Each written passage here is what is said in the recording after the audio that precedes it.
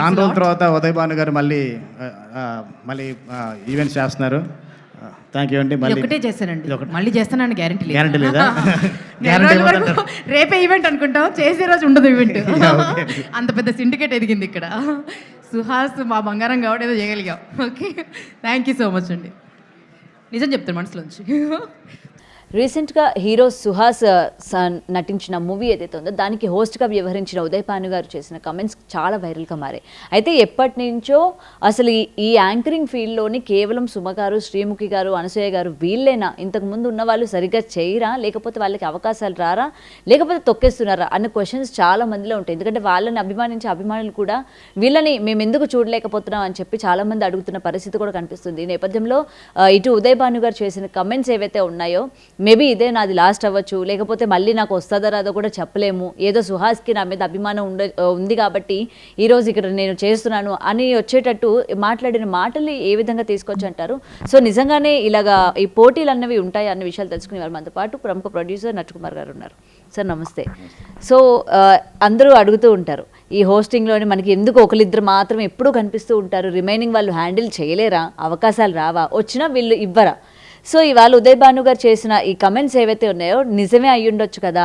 ఆవిడ ఒకప్పుడు ఎంత బాగా ఈ పబ్లిక్లోకి వెళ్ళడం కానీ, ఎంత పెద్ద యాంకర్ ఆవిడ, ఇవాళ ఒక్కసారిగా కనుమరుగు అయిపోవడానికి, కేవలం యూట్యూబ్కి మాత్రమే పరిమితం అయిపోవడానికి ఈ తొక్కేయడము, ఈ కాంపిటీషనే కారణమా అన్న దానికి ఆవిడ కమెంట్స్ని ఏ విధంగా తీసుకొచ్చి అంటారు?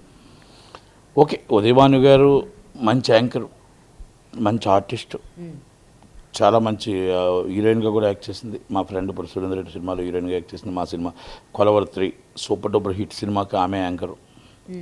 అలా ప్రతి సినిమాకి ఆమె యాంకరింగ్లో ఈజ్ నెంబర్ 1, టాప్ 1. ఈరోజు సుమా గారు అంటున్నారు కదా, ఈజ్ ఒకనొక టైంలో టాప్ 1 ఆమె.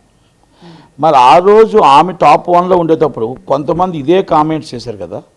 మరి ఆమె టాప్లో ఉండేటప్పుడు అప్పుడు సుమా గారు 3rd or 4th ఉండేవారు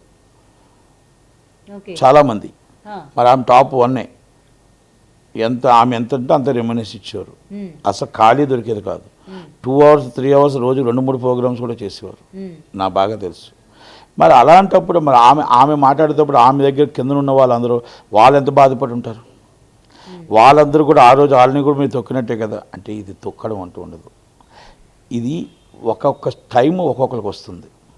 ఆనాడు ఈ టైం మీకు వచ్చింది, ఈనాడు ఈ టైం సుమా గారికి వచ్చింది, అంతే. అంతకన్నా ఇప్పుడు మీరు ఆనాడు అందరినీ తొక్కేసి మీరు పైకి వచ్చారని మీరు ఓకే అనుకుంటే, ఆమె అందరినీ తొక్కి సుమా గారు పైకి వచ్చారనుకోవచ్చు. ఇక్కడ అంతా ఏముంటుందంటే, కొంతమంది మేనేజర్లు ఉంటారు, కొంతమంది మొత్తం హీరోలు ఉంటారు.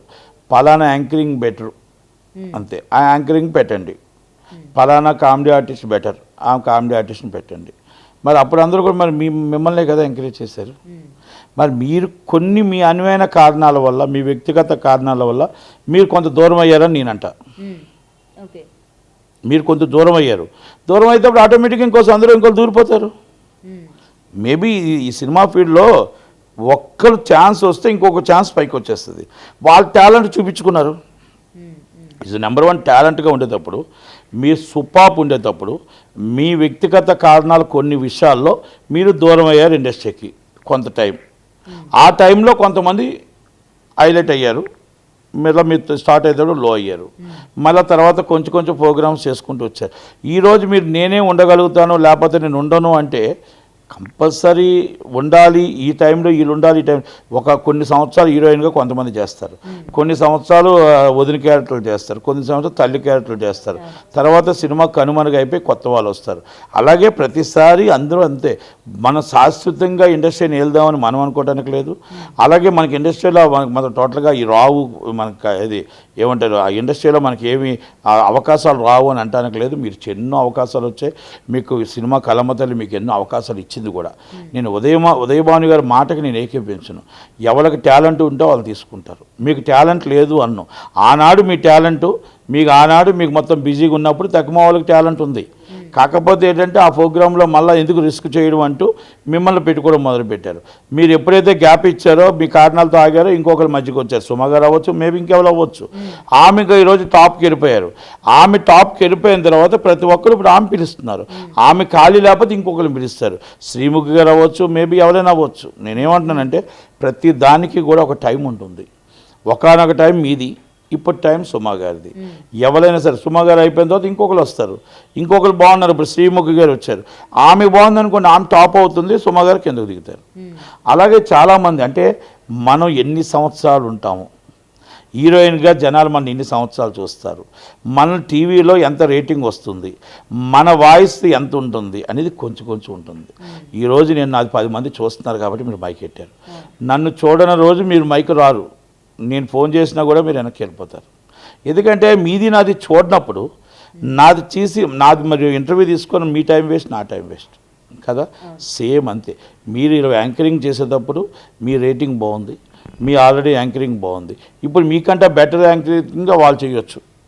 ఇప్పుడు వాళ్ళ రోజులు వస్తున్నాయి, మళ్ళీ మీ రోజులు వస్తాయేమో, వెయిట్ చేద్దాం, వస్తే చూద్దాం అంతే తప్ప. ఇప్పుడు వయసు పెరుగుతున్న కొలది మన క్యారెక్టర్స్ తగ్గిపోతుంటాయి. వయసు పెరుగుతున్న కొలది హీరోయిన్ నుంచి తల్లి, తల్లి నుంచి వదిన, అలా క్యారెక్టర్కి వెళ్ళిపోతాం. యాంకరింగ్ కూడా అంతే. కనుక మనం పాజిటివ్గా తీసుకుందాం, స్పోర్టివ్గా తీసుకుందాం. ఎస్, మా బెస్ట్ ఫ్రెండ్, నా తర్వాత ఆమె వచ్చింది కనుక మళ్ళీ నేను రావాలి, లేకపోతే ఇంకో క్యారెక్టర్ ఆర్టిస్ట్గా రావాలి, ఇంకోలాగా రావాలని ఆలోచించుకోవాలి తప్ప నాకు అవకాశం దొరుకుతుందో దొరకదో. ఇక్కడ రాజకీయాలు ఎక్కువ, రాజకీయాలు ఉండవు. టాలెంట్ ఉంటే ఎవరు తొక్కలేరు. టాలెంట్ ముందుగా ఒక యాంకర్ అంటే కొన్ని ప్రొడక్షన్ హౌసెస్ కావచ్చు, లేకపోతే కొంతమంది మేనేజర్స్ కావచ్చు, ఇంకా మా ప్రతి ఈవెంట్లకి తినే ఉండాలి అని చెప్పి ముందుగా బుక్ చేసేసుకోవడం. ఉండదమ్మా. ఇప్పుడు నేనేమంటానంటే అదేం ఉండదు. అప్పుడు ఒకప్పుడు మరి ఉదయభాను గారిని చేసేవారుగా. ఒకప్పుడు ఉదయభాను గారు కాల్ షీట్ దొరికేది కాదుగా, వాళ్ళు ఫిక్స్ చేశారా? అప్పుడు మరి సుమా గారు ఉన్నారుగా. అంటే యాక్టింగ్ దేవుడు ఒక వరం ఇస్తాడు. సినిమా కలమ్మ తల్లి మీకు వరం ఇచ్చింది. ఆ వరంలో మీరు ఒక ఏలు వేయలేరు. ఆ వేలిన సమయంలో, ఒక ఫిక్స్ సమయంలో, every minute is valuable, every time is valuable. మిమ్మల్ని కలవాలంటే చాలా టైం, వెరీ బిజీ టైం. మీతో మాట్లాడాలంటే వెరీ బిజీ టైం. అంటే మీ ఫోన్, మీ పిఏ ఎత్తడానికే టైం సరిపోయిన సమయంలో ఉన్నాయి. ఆ రోజు మీకు కొన్ని వ్యక్తిగత కారణాలు రావడం వల్ల, మీరు డౌన్ పాన్ అవ్వడం వల్ల, ఆ రోజు మీరు కొంచెం బ్రేక్ ఇవ్వడం వల్ల ఇంకొకరు ముందుకు వచ్చారు అని ఎందుకు అనుకోవట్లేదు. నేను అనేది అది, అంతకని ఇంకేం కాదు. ఇప్పుడు నేను బాగా టాప్లో ఉన్నది నా వ్యక్తిగత కారణాలు, లేకపోతే ఇంకో కారణాలు, ఏదో ఒకటి నేను బ్రేక్ ఇచ్చా. నా బ్రేక్ తర్వాత ఇంకొకరు బాగా వచ్చారని ఎందుకు అనుకోకూడదు కదా. మనం అలాగనుకొని వెళ్తూ ఉండాలి తప్ప ఈరోజు నటికుమారే టాప్ ఇక్కడ, లేకపోతే ఇక్కడ ఈరోజు ఇంకొకరు టాప్ అని కాదు. ఇక్కడ ఇది రైలు బండి ఎక్కుతూ ఉంటారు, దిగుతూ ఉంటారు. ఈ ఇండస్ట్రీ కలమ్మ తల్లి అందరినీ ప్రేమిస్తుంది, అందరినీ ఆదరిస్తుంది.